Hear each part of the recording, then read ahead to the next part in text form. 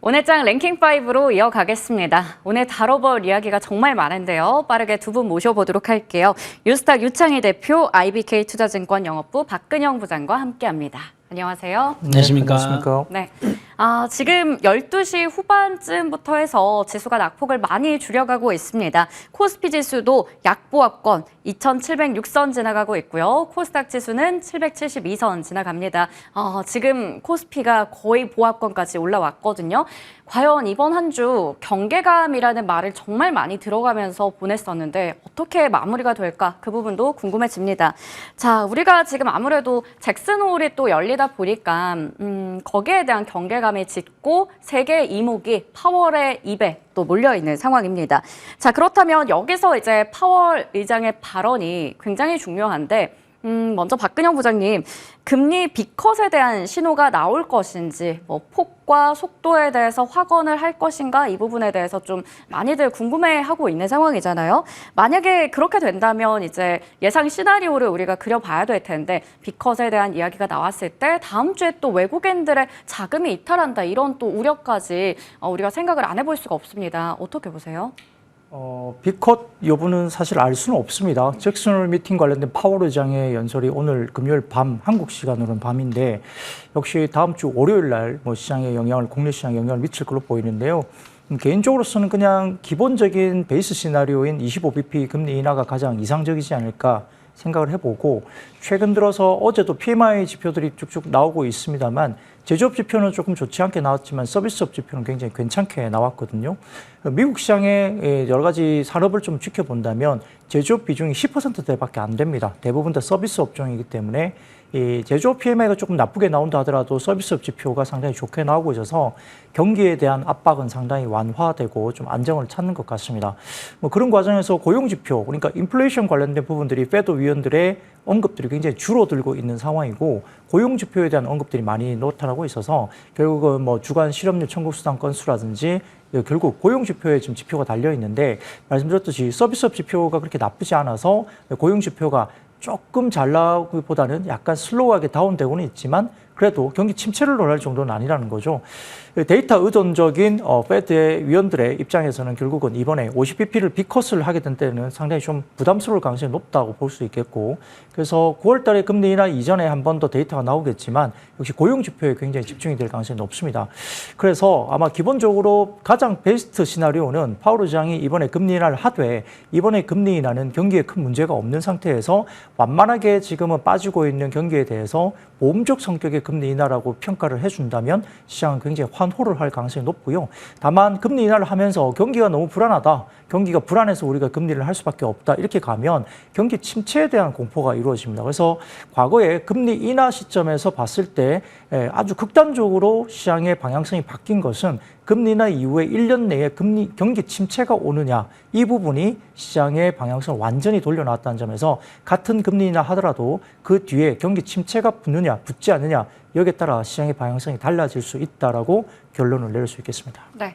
9월 FOMC 전에 있을 또 고용 데이터도 중요한 부분이 되겠고요. 무엇보다 중요한 건 이제 금리 인하는 우리가 기정사실인 만큼 여기서는 이제 파월 연준 의장의 어조가 중요하다라는 말씀 주셨어요. 경기 침체에 대한 우려를 말끔하게 좀 씻어줄 수 있을 것인가, 그 부분에 집중해 보도록 하겠습니다. 자, 그렇다면 금리 인하가 된다라는 걸 우리 이제 가정을 하고 거기에 대해서 기대감에 이미 많이 올라오긴 했습니다. 수혜 섹터들이요. 유창희 대표님, 네. 대표적으로 제약바이오 그리고 건설 등등 이야기 나오고 또 달러 약세 이야기 나오면서 항공, 금융 여러 가지 섹터를 우리가 건드려 볼 수 있을 것 같긴 한데 네. 그중에 어느 쪽이 최대 수혜 섹터일까요? 일단은 현재로서 본다라면 일단 시장이 좀 강하게 나오는 게 건설주가 최근에 금리 인하에 대해서 기대가 나오면서 제가 한 달 동안 주가 흐름 좋았다 생각 좀 하고 있고요. 저는 이 부분이 조금 더 상승 동력으로 갈 수 있다 생각 좀 하고 있습니다. 그리고 저는 금융주들도 지속적으로 봐야 된다 생각 좀 하고 있어요. 특히 금융주 같은 경우는 엄청난 경기 침체가 아니라고 한다라면 제조업하고는 다르게 안정적인 매출 영업이익을 유지할 수 있는 부분들이 좀 있거든요. 거기에다 이제 고배당에 대한 어떤 기대감들 감안한다라면 그러다 보니까 최근에 보면 금융주들이 상당히 강하게 상승을 한 것이 아닌가 생각 좀 하고 있고요. 그리고 또 이제 바이오를 볼 필요 있다 생각 좀 하고 있습니다. 다만 이 대전제는 뭐냐면 보험적인 금리 인하라는 거죠. 그러니까 경기가 약간 둔화되고 있는 것을 막기 위한 금리 인하라는 것이고, 만약에 경기 침체로 간다. 그래서 뭐 떠밀리듯이 금리를 더 크게 인하한다. 그러면 시장에서 좋을 건 별로 없다 생각 좀 하고 있어요. 그리고 이제 또 이번에 잭슨 홀에서 그럴 발언이 나올지 아니면 다음번 9월 FOMC 나올지 모르겠지만, 지금 아직 QT가 진행 중이에요. 그러니까 저는 B컷에 대해서 생각을 안 하고 있는 중에 하나가, QT가 진행 중인데 금리를 강하게 내린다? 이게 약간 모순적인 내용들이 좀 있는 거거든요. 그래서 이 QT에 대해서 어떻게 이제 마무리를 지어 나갈지에 대한 어떤 힌트가 이번에 있는지, 아니면 다음번 FOMC, 9월달 FOMC에서 그런 내용들이 있다라면 증시에는 상당히 긍정적인 이슈가 될 수 있지 않을까 판단하고 있습니다. 네, 여러 가지 섹터 짚어주셨는데 우리가 많이 알고 있는 쪽이죠. 이미 지금 제약 바이오 그리고 금융 건설까지 거론해 주셨습니다. 자, 제약 바이오 쪽도 볼만하다 얘기해 주셨는데, 그러면 CDMO 쪽 좀 궁금한 게요. 최근에 뭐 삼성 바이오로직스부터 해서 여러 가지 종목들 바이넥스 등등 뭐 생물보안법 호재까지 같이 좀 맞물려서 움직였었거든요. 그리고 오늘 신규 상장한 종목은 당연히 첫날에 그 영향을 받아가는 것도 크지만 이쪽도 CDMO 기업이긴 합니다. 이엔셀이요. 이쪽은 어떻게 보세요, 대표님? 저는 CDMO 쪽은 계속해서 좀 긍정적으로 보고 있습니다. 특히, 기존에 이제 뭐 유한양이 다행스럽게 오늘 급등을 하면서 약간 세론에서 다시 좀 복귀하는 모습이죠. 그래서, 약간 CDMO 생물보안법이 9월달 통과가 됐을 때 약간 세론이 될 수도 있겠습니다만은, 저는 이제 시작이라고 생각하고 있어요. 그리고 나서 후속 조치가 계속 나올 수밖에 없는 부분들이기 때문에 오히려 세론보다는 주가의 개별주에 긍정적인 뉴스가 나올 수 있다 생각 좀 하고 있습니다. 그래서 뭐 대표적으로 삼성바이오로직스라든지 바이넥스 같은 경우도 최근에 바이오주가 약할 때도 좀 강한 흐름을 이어갔던 걸 본다면 이쪽에 대한 어떤 관심, 꾸준할 필요가 있지 않을까 판단하고 있습니다. 네, 꾸준한 관심이 필요하다 말씀해 주셨는데요. 저희가 오늘 또 제약 바이오 관련한 섹터는 또 뒤에 질문 마련되어 있습니다. 거기서 더 이야기 나눠보도록 할게요. 먼저 시장에 대해서 저희가 크게 한번 전략을 챙겨봤고요. 다음 이슈, 반도체입니다. 결국에 앞서 말씀드렸던 빅 이벤트들이 넘고 나면 그 다음으로 우리가 넘어야 하는 능선이 바로 엔비디아 실적 발표입니다. 8월 28일, 운명의 날입니다. 일단은 IT 투톱이 오늘도 좀 부진한 모습을 보여주고 있죠. 간밤에 반도체 관련주들 미국에서 또 밀리고 그러다 보니까 같이 좀 주저앉는 모습인데, 물론 오후장 들어서 HBM 소부장 일부 쪽에서 일단은 올라오기도 합니다. 그런 상황에서 지금 위치 어떻게 봐야 될까요? 박근영 부장님, 국내 반도체주 이거 너무 오랫동안 기다렸고 기다려야 되는 건가? 좀 지치기도 합니다. 여기서 이제 우리가 버텨야 되나요? 아니면 좀 더 기다려야 되나요? 그냥. 반도체 섹터를 좀 버리기에는 아직까지 어닝으로 봤을 때도 그렇고, 최근에 코스피 12월 포워드 영업이익 EPS를 보면은 상승폭으로 좀 다시 돌아서고 있는데, 그 중심에는 삼성전자와 하이닉스가 결국 돈을 잘 벌고 있다는 모습을 보입니다. 물론 삼성전자 같은 경우는 HBM 자체보다는 오히려 최근에 가격이 많이 올라가고 있는 D램과 낸드 가격이 급등하다 보니까 과거에는 HBM의 OPM 마진율이 굉장히 높았는데, 최근에는 범용 제품의 마진율이 굉장히 또 높게 올라오면서 HBM에 준하는 마진율을 갖고 올 수 있다는 이야기가 나옵니다. 그러니까 HBM을 별로 못했던 삼성전자가 실적 베이스가 굉장히 좋아지는 부분도 HBM에 준하는 선단 공정의 커머디티 제품의 가격들이 굉장히 올라왔다 평가를 할 수 있고, 하이닉스는 역시 뭐 독보적인 HBM 수율 때문에 여러 가지 부분에서 굉장히 좋은 모습입니다. 엔비디아가 28일 날 실적 발표를 할 텐데, 현재 컨센서스는 주당 64센트의 순이익과 286억 5천만 달러의 매출을 올릴 것으로 전망했기 때문에 시장의 컨센보다는 좀 좋게 나올 거다 보고 있는 것 같고요. 여러 가지 부분에서는 기대감이 높습니다. 근데 단순한 실적이 좋을 거다 이것보다는 향후에 캐펙스라든지 엔비디아의 신규 제품에 대한 부분에 대해서 수요가 어떨 것인가, 그래서 올해 내년치에 대한 전망에 대한 코멘트를 젠순왕이 어떤 쪽으로 이야기를 할 것인가 굉장히 중요할 것 같은데요. 단어 하나가 굉장히 중요할 것 같습니다. 그래서 지금 블랙웰이라든지 하반기에 나오는 제품들에 대해서 수요가 끊이지 않고 있고, GB200 같은 경우는 지난 한 7월 정도에 아마 일부 좀 설계 결함 때문에 지연될 수 있다 이런 이야기가 나왔지만은 7월 달에 그 부분의 설계 결함 부분을 어느 정도 다 해결했다라고 외신 보도가 나오고 있어서 하반기에 크게 신제품에 대한 이슈는 없을 것으로 보입니다. 아마 여러 가지 부분에서 블랙웰이 나오면서 새로운 신제품이 약간의 지연이 된다 하더라도 다른 제품으로 대체를 하기 때문에 HBM 시장에는 영향이 거의 없다라고 분석이 이미 되고 있기 때문에 아마 HBM 시장 관련된 부분에서는 올해뿐만 아니라 내년에도 상당히 좋을 가능성이 높죠. 그 근거는 현재 이야기되고 있는 수요가 특별하게 변수가 없다면 아마 지금부터 내년까지는 아마 8단, 12단 HBM이 넘어가면서 전반적으로 필요한 HBM 관련된 부분들이 개수가 굉장히 많아집니다. 그렇기 때문에 시장은 4배 정도의 수요가 될 수밖에 없고요. 왜냐하면 새로운 신제품 B100이나 B200이 들어가면 거기에 들어가는 HBM 개수가 달라지거든요. 그러면 지금까지 수요 그대로 유지가 된다고 봤을 때에도 HBM 숫자가 달라지니까 HBM 자체의 시장은 4배 정도가 성장하게 됩니다. 근데 삼성전자나 SK 하이닉스, 마이크론 등등이 지금 캐펙스가 한 2.6배 정도로 증가하는 수준에 그치고 있고요.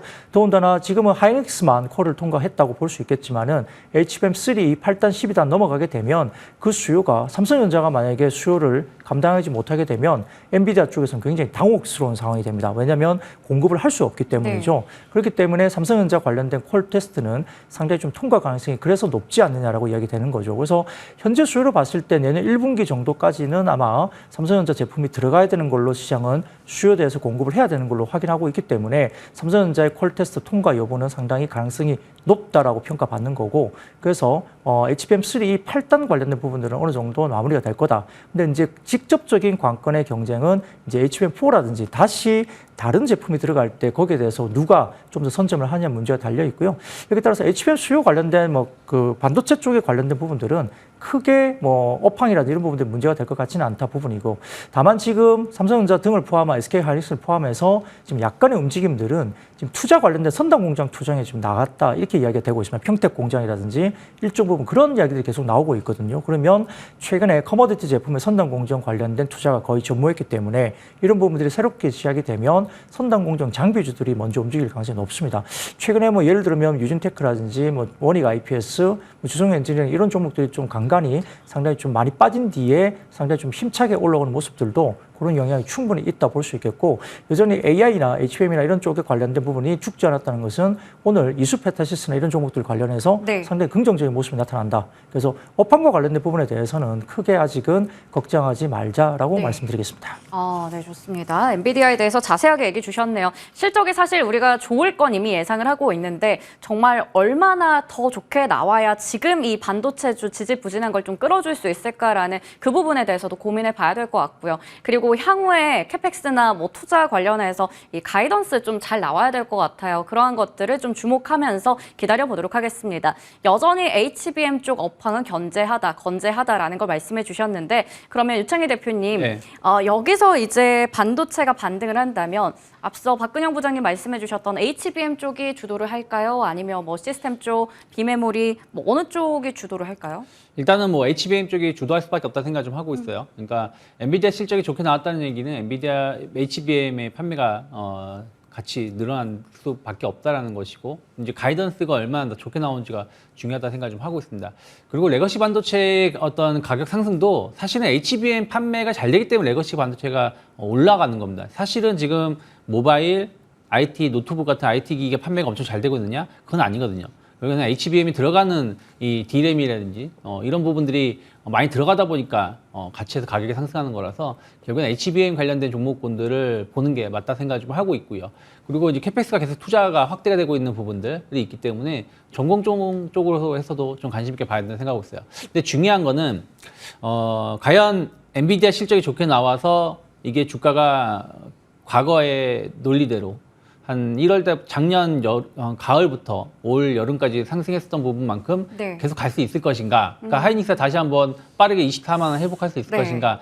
그건 좀 쉽진 않다 생각을 좀 하고 있어요. 그래서 엔비디아 실적하고 얼마나 연관성을 띌 수 있을지 여부를 봐야 되고, 지금 반도체 쪽은 어찌되었든 내년이 피크가 될 수 있다는 우려감들이 좀 있는 건데, 지금 그것을 좀 해소할 수 있는 건 지금 당장 말씀을 드릴 수는 없지만, 지금 애플 쪽으로 해가지고 미니 HBM에 대한 어떤 기대감들이 연말 정도면 나올 수 있다라고 평가가 되고 있거든요. 그래서 만약에 연말에 그런 이슈가 나온다라면 정말 반도체는 다시 한번 강하게 상승을 할 수 있는데, 그 전까지는 그런 이벤트가 없다라면 좀 제한된 상승을 보여주면서 주가가 움직임이 그 안에서 개별 종목 장세가 조금 더 심화되지 않을까 판단하고 있습니다. 네, 그러면 대표님, 당연히 그러면 안 되겠지만 엔비디아가 만약에 기대 이하의 실적이 나온다. 우리가 그냥 가정을 한번 해봤을 때 그러면 어떻게 되는 거예요? 그러면 일단은 이번 분기는 기대 이하는 아닐 것 같아요. 왜냐하면 TSMC의 실적을 계속 본다라면 그렇죠. 당연히 네. 엔비디아 실적이 나쁠 가능성 없다. 물론 이제 TSMC의 모든 제품이 만약에 애플향 제품이면 매출이었다라면은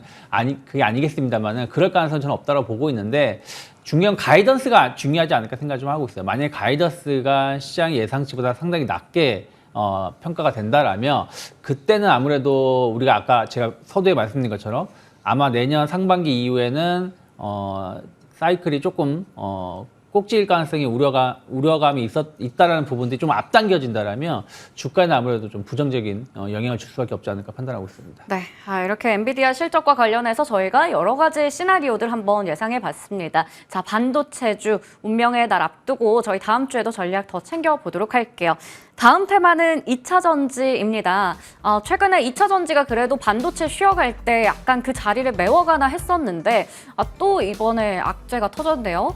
이제는 또 테슬라 관련입니다. 전기 트럭 화재 소식이 전해졌는데 거의 500도가 넘는 그러한 화재였다라고 하죠. 그러다 보니까 또다시 이 테마가 움직여요. 이닉스, 한빛레이저, 민테크 이러한 종목들이 같이 또 부각이 됩니다. 결국에 이 2차 전지는 아직까지 업황 말고 우리가 화재라는 테마주적으로 단기로만 봐야 되는 것인가? 이러한 생각이 들거든요.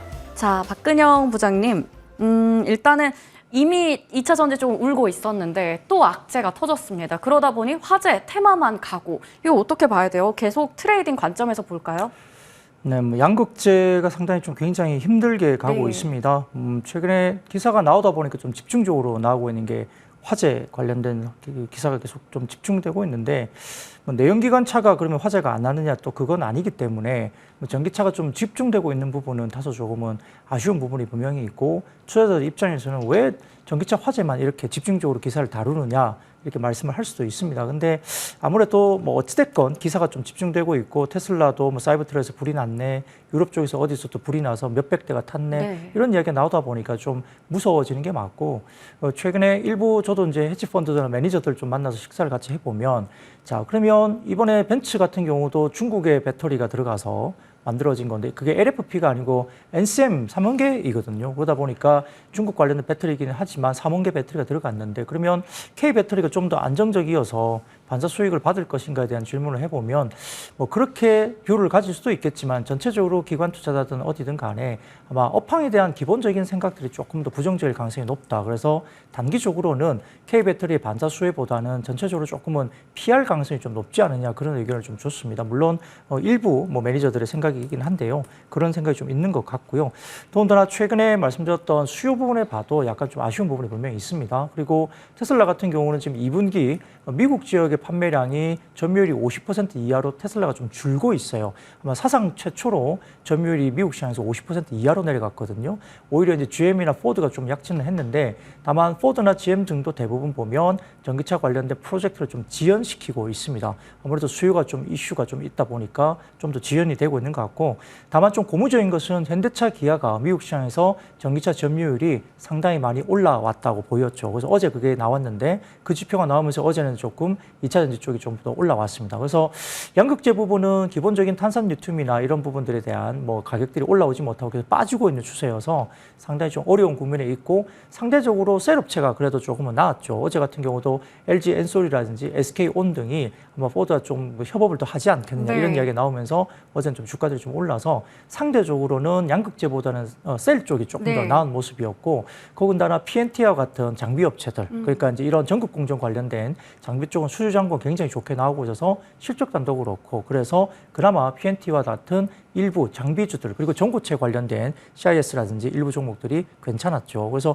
불이 나다 보니까 아까 말씀하신 대로 열폭주 관련주라든지 그다음에 지금 전고체가 약간의 액상에서 이제 고체로 다 변하면서 조금 더 안정성이 높다는 것 때문에 때문에 전고체 관련 주까지 좀 들썩이는 모습도 보였습니다만 이게 뭐 전기차 섹터나 이런 2차 전지가 굉장히 좋아서가 아니라 이 화재가 생기다 보니까 대안주로서 반사 이익을 네. 받는 섹터이죠. 그러다 보니까 그게 또 오래 가기는 좀 힘들어요. 왜냐하면 전고체 시장이 당장 열리는 것도 아니기 때문에 그냥 개념적인 차원에서 반사 이익을 생각할 수 있겠지만은 당장 뭐 시장에서 전고체 제품을 쓸 수 있는 건 아닙니다. 그렇기 때문에 아마 지금으로서는 그나마 좀 2차 전지 쪽을 본다면 셀 쪽이 좀 더 그나마 낫겠지만 그럼에도 불구하고 네. 조금 어느 정도 메탈 가격의 하락 정도도 마무리됐기 때문에 셀과 소재 가격의 하락은 아마 3분기를 중심으로 조금은 이제 하향 조정에 대한 부분들이 조금은 이제 브레이크가 좀 걸리지 않겠느냐 고민을 좀 할 수밖에 없고 중요한 것은 역시 판매량 관련된 부분의 데이터가 유의미하게 월별 판매량이 올라올 때 그 부분들이 아마 바닥권을 확인하고 주가들이 좀 움직일 수 있는 트리거가 되지 않을까 조심스럽게 생각하고요. 많이 빠져 있지만 아직까지는 좀 더 보수적인 시간이 조금 더 필요하겠다 생각이 듭니다. 네. 아직까지는 좀 더 봐야 되는 게 또 판매량부터 데이터 그리고 여기서 수익성 얼마나 낼 수 있을지 펀더멘탈 측면에서 좀 봐야 될 것들이 많아요. 가격이 아무래도 많이 빠졌다 보니까 외국인들이 사고 있긴 하지만 또 기술적인 반등 정도에 그치는 건지 앞서 박근영 부장님께서 전고체 쪽도 말씀해 주셨지만 이게 개념적으로 반사 이익에 대한 기대감이 있다라고 얘기해 주셨거든요. 여기서 또 이게 적용이 돼서 수익을 얼마나 내고 그 부분들은 좀 더 챙겨봐야 될 것 같긴 한데 그러면 유창희 대표님, 네. 한농화성이 지금은 또 마이너스 3% 정도이긴 하지만 결국 오늘도 신고가 한번 찍긴 했었거든요. 네. 전고체 관련주 더 갈 수 있는 건지 아니면 오늘 지금 이거 봤을 때는 또 고점 찍고 내려온 건지 단기 상승에 막을 내린 건지 어떻게 보세요? 사실 아직은 뭐 테마는 좀 살아있다 생각 좀 하고 있어요. 어쨌든 이제 화재가 계속 나오고 있다 보니까 네. 이 화재에 관련돼 가지고 컨트롤이 가능한 BMS 관련돼서 기술력이 있는 기업들 계속 시장에서 주목받을 수밖에 없다 생각하고 있고 또 어찌됐든 전고체 배터리 쪽으로 사실은 이제 최종 단계가 전고체 배터리입니다. 전고체 배터리를 간다라면 화재 위험성도 확실히 떨어질 수밖에 없는 거고 또 이 배터리 밀집도도 높아지기 때문에 한번 1회 충전해서 긴 거리를 갈 수 있는 부분들이 좀 있다라는 것이죠. 그래서 이쪽으로 가야 되는데 이것이 조금 계속해서 기존의 배터리 화재가 계속 부각이 된다면 이쪽에 대한 어떤 투자라든지 정부 정책에 대한 지원에 대한 어떤 기대감들이 나올 수 있기 때문에 테마로서는 아직은 조금 더 저는 상승 여력은 있지 않을까 생각 좀 하고 있어요. 다만 말씀드린 건 테마라는 거예요. 그러니까 이게 엄청나게 전고체 배터리가 빠르게 상용화된다? 저는 사실은 그럴 가능성은 없다 생각 좀 하고 있어요. 왜 그러냐면 지금 전기차가 빠르게 성장하지 못하는 게 화재 때문에 성장하는 게 못하는 게 아니거든요. 차가 비싸서 판매가 안 되는 것뿐이에요. 네. 그러면 결국엔 배터리 가격을 낮춰야 되는데 전고체로 넘어간다? 그럼 배터리 가격을 또 낮추기 쉽지 않다는 것이죠. 그래서 일단 이게 상용화되는 데는 상당히 시간이 필요하다는 부분들을 인지를 하시면서 일단 이슈에 맞춰가지고 대응하는 게 맞지 않나 판단하고 있습니다. 네, 전고체 상용화에 대해서는 아직까지 시간도 걸릴 것으로 보인다. 두 분의 또 공통적인 의견까지 체크해 볼 수 있었고요. 결국에는 테마는 테마로 봐야 될 것 같네요. 그러면 다음 이슈가 바로 그 테마 이야기입니다. 여기서 더 나아가서 이제 뭐 대왕고래, 양자암호 매일같이 테마주들이 계속 올라오고 있습니다. 양자암호 진짜 오랜만에 듣거든요. 지금 뭐 엑스게이트 이러한 종목 보면요. 오늘 윗꼬리 아랫꼬리 다 달려있고 변동성도 심하죠. 그리고 거래량 같은 경우에도 지난 6월 이후부터 정말 잠잠하다가 오늘 급격하게 터졌습니다. 뭐 예비 타당성 조사이고 면제 소식이 그만큼 큰 건지 그것도 좀 궁금한데요. 박근영 부장님, 이 소식에 이렇게까지 움직일 만한 뉴스인 건지도 궁금하고요. 지금 따라잡기에는 네. 좀 뭔가 무리가 있을까요? 어떻게 보세요? 네, 뭐 따라잡기가 좀 쉽지 않을 것 같고요. 솔직히 제가 좀 무식한지 모르겠지만 양자암호가 뭔지 정확하게 저도 이거 어려운 영역이죠. 해석하기가 네. 좀 힘듭니다. 여러분도 알고 사시는지는 잘 모르겠지만 제 생각에는 대부분 분들은 아마 다 이해 못 하시고 그냥 사실 거예요. 그러니까 시장에서 양자암호 하면 관련주가 뭐지 이렇게 뜨니까 그냥 사시는 네. 것 같고요. 뭐 실제적으로 우리가 양자암호가 사실 와닿지는 않죠. 그래서 뭐 해석하기 나름입니다만 이게 이제 예타 관련된 부분이 이제 이야기가 나왔는데 그렇다고 해서 실생활에 우리가 정말 이걸 가지고 돈을 버나 어떤 산업에 이게 적용이 되나 이게 잘 와닿지 않는 것 같아요. 그래서 오늘 이러한 부분들은 역시 테마성 움직임으로 생각하시면 좋고요. 시장이 안 좋을 때 역시 테마주들이 많이 움직입니다. 그러다 보니까 일부 종목에 수급이 몰리면서 간 것이기 때문에 테마성 종목들이 연속성이 가질까 부분은 사실은 좀 어렵다고 볼 수 있습니다. 물론 뭐 제가 틀리고 월요일 날도 갈 수도 있겠지만은 그렇다고 해서 저희가 뭐 이거 굉장히 좋으니까 지금이라도 사십시오라고 말씀드리기에는 좀 어려운 섹터이죠. 그래서 지금은 이렇게 이제 테마성 움직임들이 계속적으로 돌고 돕니다. 순환매 장세가 계속 나오고 있고 양자암호뿐만 아니라 최근에 한번 광풍을 잃었던 게 뭐 엠폭스라든지 이쪽도 마찬가지인데요.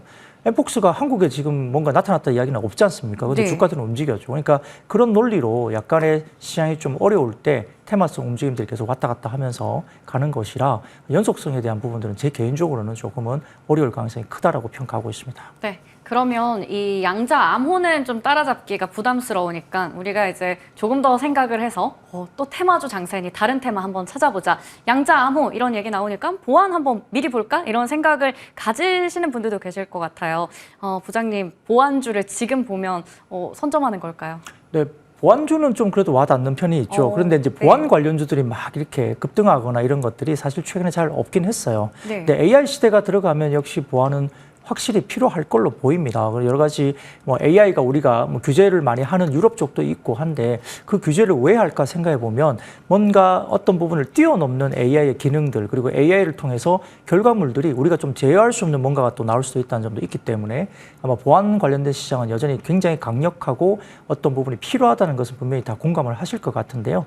근데 이제 보안주들의 조금의 흐름들은 연속성을 가지고 꾸준하게 올라가는 모습을 보였던 보안주가 별로 없다는 거예요. 그리고 보안 관련주라고 이야기했던 종목들이 숫자적으로 실제로 돈을 잘 벌거나 굉장히 퀀텀 점프를 하는 성장률을 보인다. 이런 것들이 조금 아쉬운 부분이 분명히 있습니다. 그러다 보니까 보안과 관련된 부분들은 AI가 생성되고 여기에 따라서 과거에 AI 시장이 처음에 열리면서 시장에서 굉장히 주목을 받았을 때 보안주들도 같이 주목을 받았던 시절이 있었어요. 몇 달 전에. 그러면서 약간 사그라들었죠. 그럼에도 불구하고 주가에 대한 부분들이 역시 보안 관련된 부분에 대해서 뭔가 AI 시장이 개화하면서 좀 더 복잡해지고 우리가 설명할 수 있는 뭔가 경계선을 넘는 결과들이 나올 때 보안주들은 다시 한번 상당히 많이 부각이 될 가능성이 있습니다. 그래서 재무적으로 안정성이 있고 성장성이 있는 보안주를 중심으로 한번 충분히 필터링을 해서 스타디를 해보고 긍정적 접근도 해볼 수 있지 않을까 생각을 해봅니다. 네. 보안은 오늘 이 테마 때문에 오른다라고 우리가 단순히 접근하기보다는 앞으로 AI 시대가 또 가속화되면서 거기서 필요한 게 이제 보안이라서 거기서 연결지어서 한번 생각해 보는 개념으로 본다면 종목 잘 고르면 괜찮다 얘기해 주셨어요. 오늘 상승률 상위로 봤을 때 사실 SGA가 상한가 가 있길래 이게 무슨 일인가 했더니 상장 유지를 하겠다라는 이야기 나오면서 거래 재개 첫날이라서 오늘 일단은 이 정도 상승률 나타내고 있다라는 부분도 짚고 가도록 할게요. 다음 테마는 대왕고래입니다. 유창희 대표님, 네. 대왕고래 쪽 뉴스가 계속 나오다 보니까 아무래도 뭐 테마주 관심 있는 분들은 여기에 또 한번 눈이 갈 것 같아요. 화성밸브가 오늘도 대장주 역할을 하고 있긴 한데 피팅 강관 밸브가 또 쉬어가나 싶으면 이 뉴스로 올라가고 아무래도 아직 일정 보면서 매매하는 거 괜찮을까요? 사실은 좀 저는 대왕거래 관련해서는 좀 보수적으로 보고 있는 편입니다. 이게 시추를 하는 거잖아요. 그러니까 거기에 정말 가스가 있는지 석유가 있는지를 조사하는 과정이고 여기에 선정된 기업이 만약에 가스가 정말 있다. 그러면 계속해서 광고를 뚫겠죠. 그로 인해서 매출이 늘어날 수 있는 부분들이 있는데 가스가 있다라고 확정 지을 수 없다라는 것이죠. 그래서 거기에 선정됐다고 해서 매출이 꾸준하게 발생하는 건 아니라 생각을 좀 하고 있습니다. 또 발생한다고 하더라도 그게 좀 주가에 좀 선 반영됐다 생각을 좀 하고 있어요. 그래서 대왕고래 프로젝트가 사실은 현재 테마로 어떻게 보면은 꾸준하게 계속 잊을만 하면 뉴스 나오고 잊을만 하면 뉴스가 나오면서 몇몇 기업들이 상승세를 보여주고 있지만 막상 최대 수혜주라고 할 수 있는 한국가스공사는 오른 게 전혀 없거든요. 그래서 그런 것들을 본다면 저는 대응할 수 있는 분들은 대응을 하시겠지만 그러지 못하신 분들은 사실은 뭐 양자 컴퓨터라든지 대왕고래 또 지금은 이제 많이 꺾였죠. 뭐 코로나 뭐 이런 것들에 대한 어떤 투자는 사실은 좀 조심하고 지양하는 게 맞지 않나 판단하고 있습니다. 네, 역시 테마는 조금 우리가 변동성 유의해 봐야 된다라는 말씀 주셨네요. 마지막 테마로 가겠습니다. 제약 바이오 쪽인데요. 개별 종목들 이슈가 많네요. 바이오 관련해서 이제 새로운 역사를 썼죠. 유한양행입니다. 박근영 부장님, 시간이 많지는 않아서 간단하게 좀 질문 드릴게요. 일단 미국 FDA 렉나자 승인 소식 왜 이렇게 뒤늦게 또 반응하는 건지 궁금하거든요. 어떻게 보세요? 네, 발표가 나온 날 세론이 좀 나와서 개인 투자자는 굉장히 좀 짜증이 많이 나셨을 것 같아요. 이렇게 발표가 역사적인 기념비적인 이슈가 생겼는데 왜 이렇게 기관 외기를 팔았을까? 뭐 저희도 뭐 이유는 모르겠습니다만 어쨌든 세론이 나왔습니다. 기존에 기대감이 상당히 좀 높았던 게 사실이고 또 가능성이 좀 높다라는 이야기들이 계속 흘러나오면서 주가들이 슬금슬금 좀 올라온 부분도 분명히 있고요. 그리고 뭐 기업 가치, 그러니까 이번에 FDA 승인과 관련해서 이제 렉나자에 대한 가치분을 산정하는 역할이 있을 텐데 그 부분이 아직까지는 완전히 산정이 된 건 아닌 것 같습니다. 그래서 현재 목표 주가 산정을 봤을 때 대부분 리포트를 보면 목표 주가 상향 조정이 있다 했더라도 지금 11만 원대 초에서 11만 원 중반 정도까지로 아마 지금 목표 주가들이 그 부분을 좀 인정하면서 가능성에 대한 부분을 나온 것 같아요. 그러다 보니까 11만 원 정도 선에서 지금 좀 멈춰 있는데 자, 예시를 한번 들어보겠습니다. 이게 비슷하게 지금 갈 수 있는 것이 존슨앤존슨의 일단 그 레전드 바이오텍이라는 중국 업체가 하나 있어요. 그쪽도 이제 존슨앤존슨과 관련된 부분에 관련해서 있는 회사인데요. 중국 업체이긴 하지만 비슷한 사례가 있어서 제가 이야기를 좀 들어보면 레전드 바이오 같은 경우에 이번에 FDA 승인과 같은 부분들이 이루어졌을 때 그때가 시가총액이 8조 원까지 올라갔었습니다. 그런데 그 뒤에 2차 데이터에 유의미한 데이터가 계속 나오고 이러면서 데이터가 나오기 시작하니까 그러니까 FDA 승인과 관련된 부분에서 8조 원까지 갔던 그 시가총액이 2차 데이터가 나오면서 20조 원까지 다시 급반등을 줬거든요. 그렇기 때문에 아마 이번에서 9월에 페어마켓 때 2차 데이터 관련된 부분들이 일부 유한량이 또 나올 수 있고 렉나자 관련해서 이야기 나올 수 있고 또 내년 초 한 2, 3월 정도면 아스코도 있습니다. 그렇기 때문에 이 하반기에 나오는 데이터들 이런 부분들 그리고 타그리소 관련해서도 이 관련된 약간의 피어 그룹으로 볼 수 있기 때문에 타그리소 관련된 시장을 보면 아직까지 시장이 높다. 그리고 좀 더 나올 수 있는 마일스톤 남은 금액이 1조 원 정도 됩니다. 그렇기 때문에 금방 이게 뭐 꺾인다, 끝났다라고 보기엔 좀 어렵다고 봐요. 그래서 단기적으로 수급에 세론이 좀 나오긴 했지만 추가적인 상승분이 충분히 나올 수 있는 구간이고 2차 데이터에서 유의미한 게 나온다면 저는 추가적으로 아마 신고가를 뚫고 가지 않을까 생각도 해봅니다. 네, 단기적으로 세로는 있었지만 하반기 또 여러 가지 이슈 있는 만큼 추가 상승 룸 있다 말씀해 주셨네요. 자, 마지막으로 유창희 대표님 네. 오늘 원픽이 제약바이오 쪽에 있어서요. 네. 간단하게 들어볼게요. 네, 저는 뭐 HK 이노엔 좀 주목해 볼 만하다 생각 좀 하고 있습니다. 네. 바이오주도 다 좋은데 일단은 매출하고 영업이익이 꾸준히 나올 수 있느냐가 중요하다 생각하고 있습니다. 그래서 2분기 영업이익이 243억 정도, 전년 동기 대비해서 한 58% 이상 증가했다라는 것이죠. 특히 이제 K킵이라는 그 제품이 상당히 매출 증가에 계속 나오고 있다는 부분들은 앞으로도 계속 주목해 볼 만하다 생각하고 있고요.